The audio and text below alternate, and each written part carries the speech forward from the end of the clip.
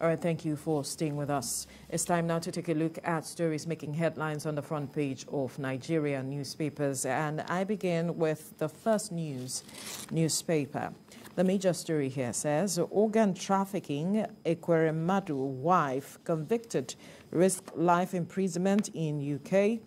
Couple to be sentenced under UK's Modern Slavery Act 2015.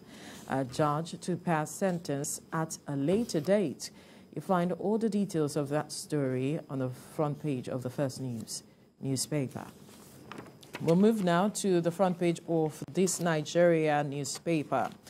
Guilty as charged. Sad day for Ekweremadu as UK court convicts former Deputy Senate President wife, doctor, over organ harvesting allegations, frees daughter. A judge reserves sentence for later date. You find all the details on the front page of this Nigeria newspaper. Now to the front page of the Daily Trust, the EFCC to go after corrupt governors, others after May the 29th. EFCC to go after corrupt governors, others after May the 29th. And some writers here says 2 ministries under probe for multi-billion naira contract scams. 2 ministries under probe for multi-billion naira contract scams. Another one says automation policy in procurement process underway. And last year, we recorded 3,785 convictions. Bauer, EFCC chair, speaking. Last year, we recorded 3,785 convictions. Bauer speaking there. Mike. All right, I have the Leadership newspaper here. The Leadership says, after Enugu Abia results, INEC under pressure to review Kano, Kaduna, Ogun polls. INEC under pressure to review Kano, Kaduna, Ogun polls. An Electoral Act gives 7-day window for a declaration reversal, right? And commission yet to fix date for Adamawa, Kebbi supplementary polls, right? You see that on the front page of the Leadership as a Friday Leadership newspaper. Blueprint is next. Blueprint newspaper says, Keyamo to DSS, it says, arrest Obi Dati for incitement felony over presidential polls. Arrest Obi Dati for incitement felony over presidential polls. Right? It says the Labour Party's running mate crossed borderline on a TV station interview. And it said Keyamo seeking political relevance. Obi's campaign spokesperson is saying, he's replying to this. And that's what you see on the front page of the Blueprint newspaper. Nigeria News Direct says tribunal saying no secret meeting with CJN in London. No secret meeting with CJN in London. Tinubu is saying this. Expect more fake news from those on payroll of opposition, he says, and tag report as fake, misleading, and malicious. Right? No secret meeting with CJN in London. That's what Tinubu is saying over the issues raised from the opposition to the tribunal, election tribunal. Business Day is next, and is focusing on the inflation. He says consumer goods firms woo buyers with new flavors. All right? Consumer goods firms woo buyers with new flavors. You see all this on the front page of the Business Day newspaper. Nature News is the last one we're looking at. And it says, agric intervention, CBN disburses 1.09 trillion naira in 8 years.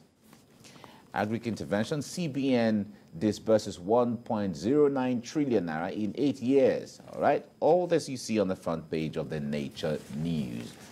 All right, Veronica? Right. Let's talk about a developing story, Mike, that has to do with the NLC, that's the Nigeria Labour Congress, calling for a strike. And it called for the strike, and just 24 hours afterwards, we saw that the CBN had called for a meeting with the Labour Congress. Now, just a In background fact, they met yesterday. They met yesterday. So just a background to that story. So the NLC had given an ultimatum, 7-day ultimatum for the federal government to address matters of cash scarcity as well as fuel scarcity. And so that ultimatum ended, and the body language of the government was not as impressive for the NLC, and so they decided to call for a strike, which is to begin next week, Wednesday.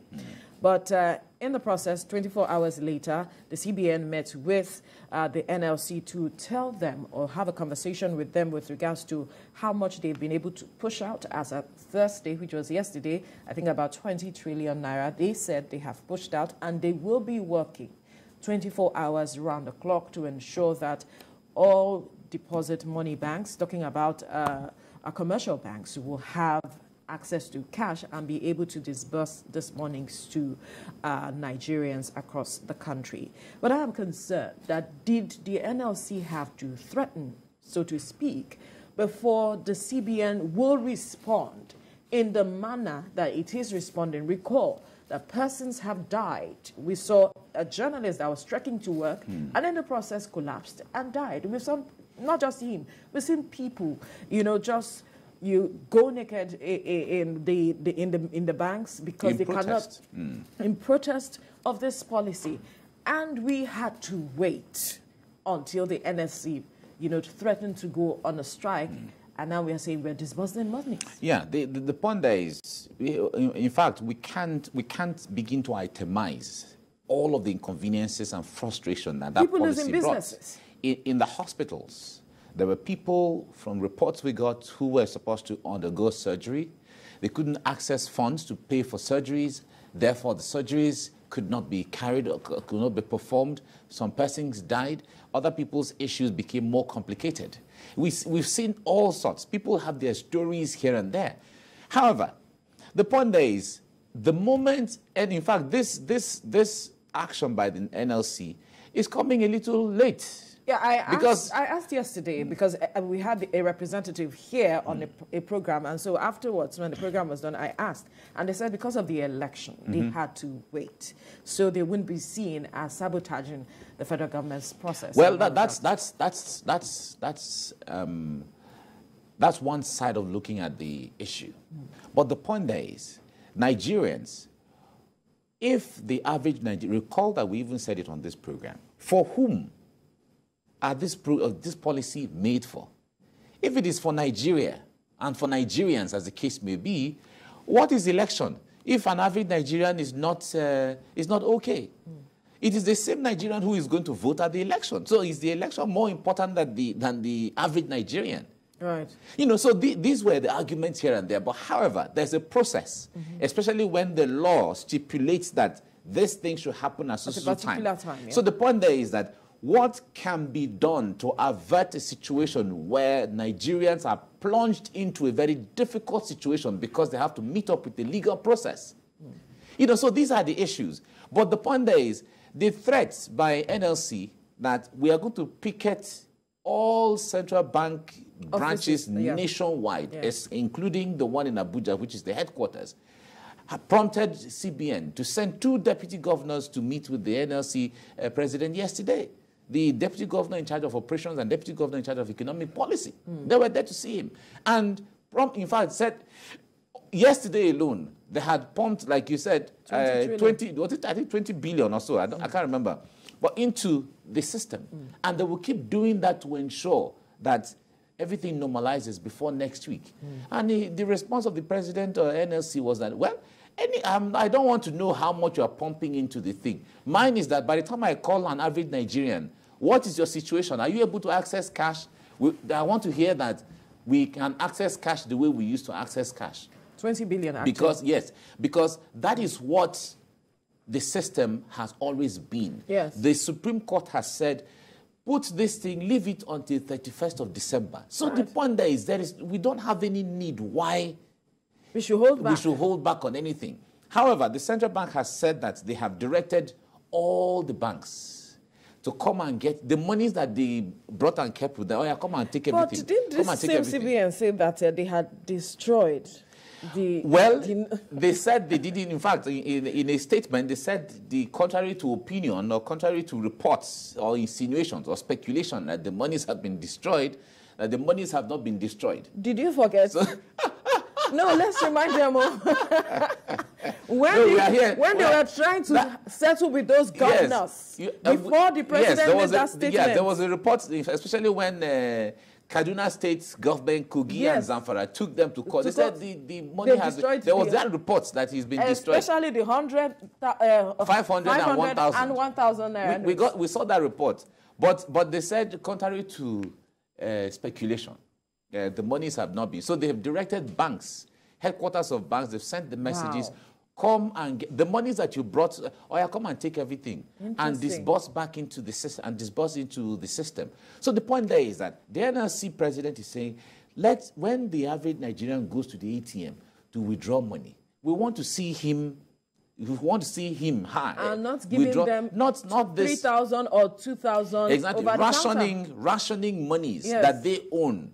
It doesn't make any sense. So the issue there is, I believe that the fear of strike, especially a total strike as being called by NLC, is what is leading to this last-minute rush by CBN to ensure that they normalize what they have to normalize. Recall that when the Supreme Court came up with this judgment saying that the old Naira notes all should be legal tender on and should be used side by side until 31st of December. Recall we were here discussing this issue. CBN didn't say anything in response to that. The federal government didn't say anything in response to that. Recall we analyzed these issues here. Of course. Because the moment the Supreme Court has come to make a judgment or a pronouncement, it becomes... It's binding. God has spoken. That's what it is. The president, commander-in-chief, is bound by law to abide by that, except a situation where it becomes an issue of national security where they have to balance it. There is a mechanism of understanding, but the rule of law it supersedes everything. And then the presidency now came out to say that, well, they did not ask the CBN a lot of people saw that as just being smart, because the point there is, we didn't tell you not to. But when somebody is doing something on your behalf, a policy that the president came out to say that the CBN has its backing, and the CBN and even the CBN governor had always said he got the backing of the president. So if they are doing that and the CBN is doing this on behalf of the federal government, it's just being smart. The point is, even Nigerians didn't even buy that at all. Absolutely not. You cannot. I didn't tell them not to. It doesn't make anything. It doesn't make any sense. What Nigerians expect is just apologize to Nigerians and say, well, sorry for all the frustration, sorry for all the hardship, sorry for everything all the difficulty that we've put you through this policy. Our intention was that we wanted this and that, A, B, C, and D to be taken care of. But with the way things have been, it seems this is not the right time. But maybe at a later date, we'll be able to fix this. Sorry, Nigerians, let us go back to status quo, especially now that the Supreme Court has spoken. That is what Nigerians expected from the federal government, or even the presidency, as the case may be. So it sounded like the presidency or the government, let me put it that way, was insensitive to what Nigerians were going through at the time. Right. So that was how he felt, or that was how it seemed, that the federal government wasn't sensitive enough to what Nigerians were going through. Of course. But with this now, the fear of strike has led CBN to begin to run now to ensure, oh, let us do this. We're doing this to ensure they are not picketed or to ensure there's no strike. Well, the issue there is Nigerians just want there to be cash, especially the cash that they own. Well, that is all. It's also good that we are seeing that they are bringing on board some fintech companies to help with the transfers, the smooth transfers of cash across Nigerians and all of it, so that because a lot of Nigerians have witnessed this matter of hitch in transferring of cash. If you bring in more, the CBN will be monitoring them. Yes, bringing in more of the so some. Fintechs have been approved, but the point there is, it is not just approving more of them. It is the issue of upgrading the system, upgrading their network and mechanism. Because the issue there is, you would make transfers, you cannot leave the place, the people haven't gotten their alert, and you have to either go and come back or something. All of those things are still inconveniences. It tells you that the system is still not as functional. Right. So it's not in the number of the various channels. It is the quality and the upgrade of whatever the system, and the backbone that they have. of data. No, of course.